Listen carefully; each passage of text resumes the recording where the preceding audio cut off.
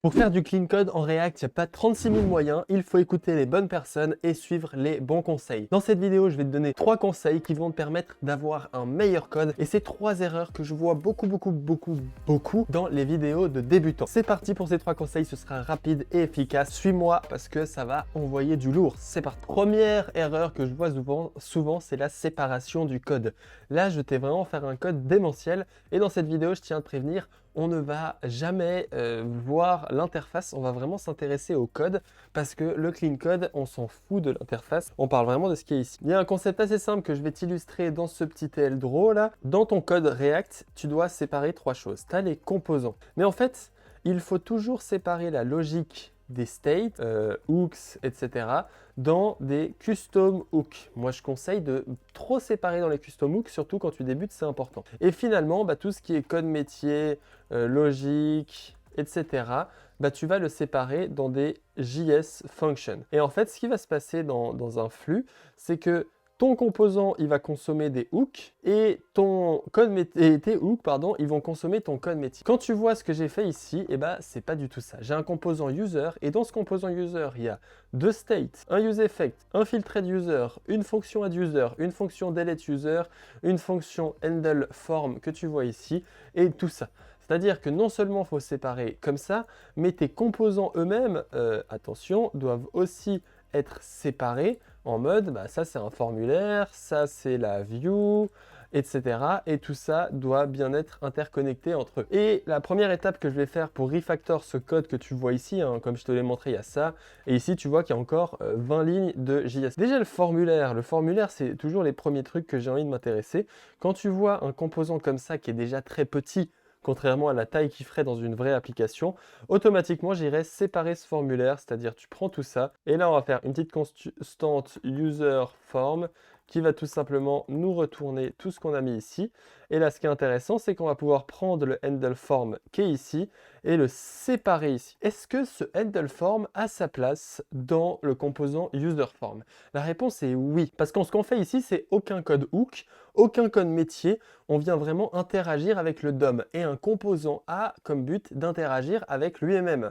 Ici, tout ce qu'on fait, c'est interagir avec lui-même. Ce qu'on va quand même rajouter ici, c'est une fonction addUser qui va être appelée juste ici, tout simplement comme ça. Là, il y a un problème, c'est que l'ID, il utilise users.lang, ça on va évidemment le supprimer et on va le gérer de l'autre côté différemment. Là, on va pouvoir supprimer tout ce qui est ici et faire tout simplement userForm et passer en paramètre addUser de addUser.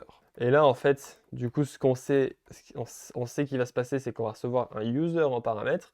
Et ce addUser, évidemment, en fait, là, on va devoir faire .user, id de .users.length plus 1. Alors, c'est pas un super ID, mais c'est juste pour la démo. Là, l'avantage, c'est qu'on peut supprimer cette fonction et déjà, on commence à mieux respirer. Maintenant, il se passe un truc intéressant, c'est quand je dis dans mon graphique ici, code métier, logique, etc. Là, ce que je veux dire, c'est tout simplement ce fetch ici. Ce fetch n'a pas sa place ici. Alors, non seulement il est dans un useEffect, vous savez, je déconseille les fetch dans des useEffects, mais en plus, il n'a vraiment pas sa place ici. On va pouvoir faire une fonction getUser qui vient tout simplement retourner, non, il vient faire ça, et il vient retourner ce fetch. Et là, il y a un petit problème, c'est que l'abort controller, en plus, j'ai oublié d'aborter ma request, donc ça n'a aucun sens. Abort controller.abort, voilà, c'est mieux.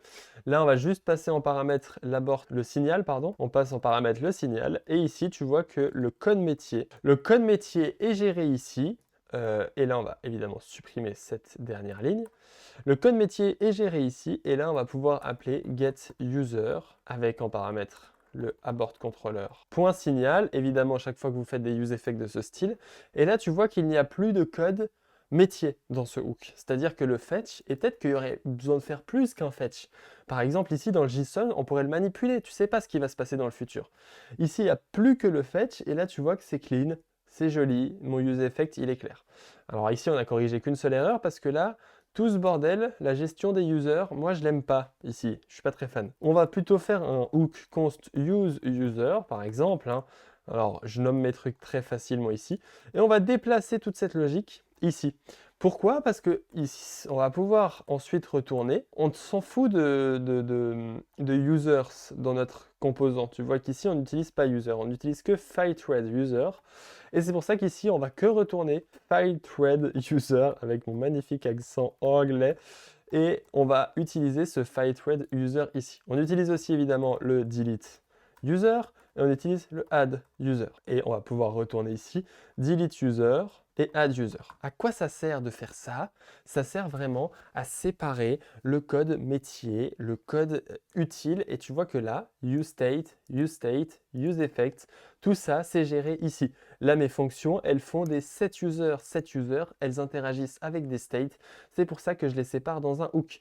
Maintenant, tu vois que mon composant, quand tu le lis, users, il y a les fonctions qui viennent ici et il n'y a que du JSX. À quoi sert mon composant ici? Il sert à rendre du JSX. À quoi sert mon hook ici? Il sert à utiliser les hooks. Tout simplement, un custom hook utilise les hooks React et ma fonction getUser, ici, elle permet de faire des calculs. Même ce petit user.filter, s'il était plus complexe, imagine-toi que demain, tu rajoutes un deuxième filter, blablabla, puis ensuite que tu fais un map avec user qui va sur un nouvel objet de username, bref, on s'en fout de ce que tu veux faire ici. Imagine-toi que ça devient trop complexe, et ben on créerait aussi une fonction getFieldThreadUser, et ici, on prendrait les paramètres qu'il nous faut. Par exemple, il nous faudrait users, et ici, il nous faudrait la query, et on déplacerait toute cette logique ici, return user avec la query. Alors évidemment, il y a des petites fautes. Et ici, ce qu'on va faire, c'est getFieldThreadUser de users et de username query. Et là, tu vois qu'encore une fois, on vient de déplacer la logique qui serait potentiellement étrange dans cette fonction ici. Avec TypeScript, c'est encore plus simple de le faire, donc n'hésitez pas. Tout ça, là, ce que je partage ici, c'est totalement dans ma formation Begin React. Je te conseille d'aller dans la description, de t'inscrire à la masterclass parce que dans les prochains jours, tu risques de recevoir un mail de promotion parce que c'est bientôt Nouvel An, c'est bientôt Noël. Et après toutes ces fêtes-là, j'enverrai peut-être une petite promo. Ici, deuxième point que j'ai envie de vous montrer, qui est très simple, c'est tout simplement le double ternaire. Alors, j'ai encore une fois pris mon user, isLoading, etc. Et là, ce qui est intéressant, c'est que dans le rendu, on a ce isLoading ici, avec le loading. Puis ensuite, on a un deuxième ternaire, user.length, point d'interrogation. Puis on a le user ici. Et si ni isLoading ni user.length ont été à true, et ben on affiche no user found. Ce qui se passe, c'est que là, on fait un truc qui est normalement interdit. Et je vous conseille d'aller regarder ma vidéo sur ESLint pour voir comment ajouter des bonnes règles afin d'interdire ce genre de truc. La solution que je verrai ici, c'est tout simplement de faire un composant, par exemple, users list, ou appelle-le comme tu veux évidemment, qui prend en paramètre évidemment des users, et ici il dit si il n'y a pas de user.length, c'est-à-dire si user.length est à 0, eh bien on va retourner ceci. Et dans le cas contraire, on sait que user.length est défini, et en plus on a mis le point d'interrogation, donc là on sait même que user est défini, et là on va pouvoir faire return notre UL avec tout notre bordel. Et en moins, là, on va pouvoir supprimer tout ça et afficher user list avec user est égal à user. Ici, comme ça. Et là, maintenant, tu vois que c'est quand même beaucoup plus clean. Tu as le droit d'utiliser ces ternaires, mais en fait, utilise la puissance des composants. Ce code-là est beaucoup plus lisible que ce qu'il y avait avant. Essaie de séparer dans des composants. Et la solution avec les doubles, triples, quintuples ternaires, c'est de composer, composer, composer encore et encore afin d'avoir un code clean. Ce qu'on pourrait faire aussi ici, pour rendre encore ça plus clean, if isLoading, et ben on vient afficher ici par exemple, return un loader que j'ai pas ici, mais tu pourrais retourner un loader et automatiquement, tu pourrais même supprimer tout ça. Et là, tu as presque un code encore plus clean. Le problème, c'est que si tu as envie d'avoir le texte ici, tu vas pas pouvoir l'avoir et c'est pour ça que j'avais laissé le texte, effectivement. Voilà pour cette deuxième erreur. Maintenant, on va aller sur la dernière erreur de clean code, c'est tout simplement les contextes. En fait, les gens ne savent pas quand utiliser un contexte. L'utilisation d'un contexte, il se fait assez vite, assez rapidement. Il n'y a pas besoin de beaucoup réfléchir avant de vouloir utiliser un contexte. Par exemple, imagine-toi que j'ai cette petite app. Tu vois qu'ici, j'ai user, useState de mon user et qu'ici, en fait, Bon, je ne l'avais même pas fait totalement, add article, et ben je passe mon user ou mon set user à tous les composants. Pourquoi add article a besoin d'un user? C'est parce que s'il n'y a pas de user, il te dit qu'il faut être logué pour ajouter un article. Et ici, article, pourquoi j'ai besoin du user? Parce que j'ai besoin de savoir quel article tu as pour delete, pour savoir si tu as le droit de delete l'article et t'afficher un bouton delete. Tu vois, quand tu as tout ça, user est utilisé partout. Et à partir de ce moment-là, tout simplement, tu peux créer un contexte. Et créer un contexte, tu t'en rends pas compte, mais c'est ultra simple. C'est user context, ici, est égal à create context de React. Et ici, une fois que tu as fait ça, on crée une petite fonction use user, par exemple, hein, qui vient tout simplement const context est égal à use context de user context. Et là, on va return le contexte, en sachant qu'ici, le mieux, ce serait de faire un check s'il y a le contexte ou pas. Mais une fois que tu as fait ça, là, tout ce qu'on pourrait faire, c'est faire un user context.provider, et ici, on va passer en paramètre value est égal à user, set user. Une fois que tu as fait ça, là, je peux supprimer toutes les props que j'ai passées là, user, etc. Et toutes les props que j'ai passées là. Et en fait, là, le code est assez simple. Alors, le seul problème, c'est qu'on est en train de rendre nos composants dépendants de notre contexte. Effectivement, c'est ce qu'on est en train de faire. Mais ici, je peux supprimer cette props et faire const user est égal à use user. Ici, je peux supprimer cette props et faire const user est égal à use user.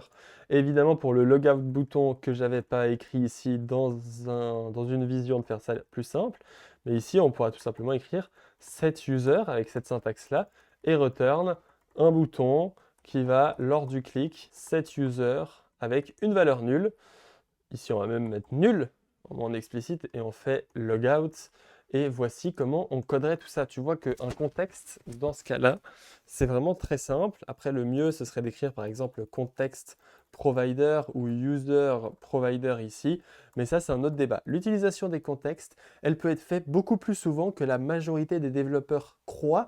Et j'ai l'impression qu'ils ne sont pas assez utilisés. Parce que les contextes, c'est vraiment pas une API qui est plus performante ou moins performante que les states. Parce que littéralement, en fait, le contexte s'allie avec les states et qu'un contexte, c'est presque un state. Ça permet vraiment de fluidifier ton code, de simplifier les syntaxes et il ne faut pas hésiter avant de les utiliser. Il ne faut pas attendre 3 mois avant d'utiliser des contextes. Tu peux en utiliser un peu pour tout et rien. Du moment que ça simplifie ton code et que tu t'y retrouves, je te conseille d'utiliser des contextes et je pense que les gens n'en utilisent pas assez. Merci d'avoir regardé cette vidéo. Je te conseille encore une fois de rejoindre la masterclass dans la description. C'est une vidéo super intéressante et en t'inscrivant en passant ton mail dans cette masterclass, tu vas recevoir les news et les updates concernant Begin React et ça va être super pour toi parce que tu vas pouvoir profiter sûrement d'une promotion. Hein, je reste secret. On se revoit bientôt. Ciao, ciao. Et puis, oublie pas de t'abonner, de follow, de like, de liker, de follow, de like, ciao.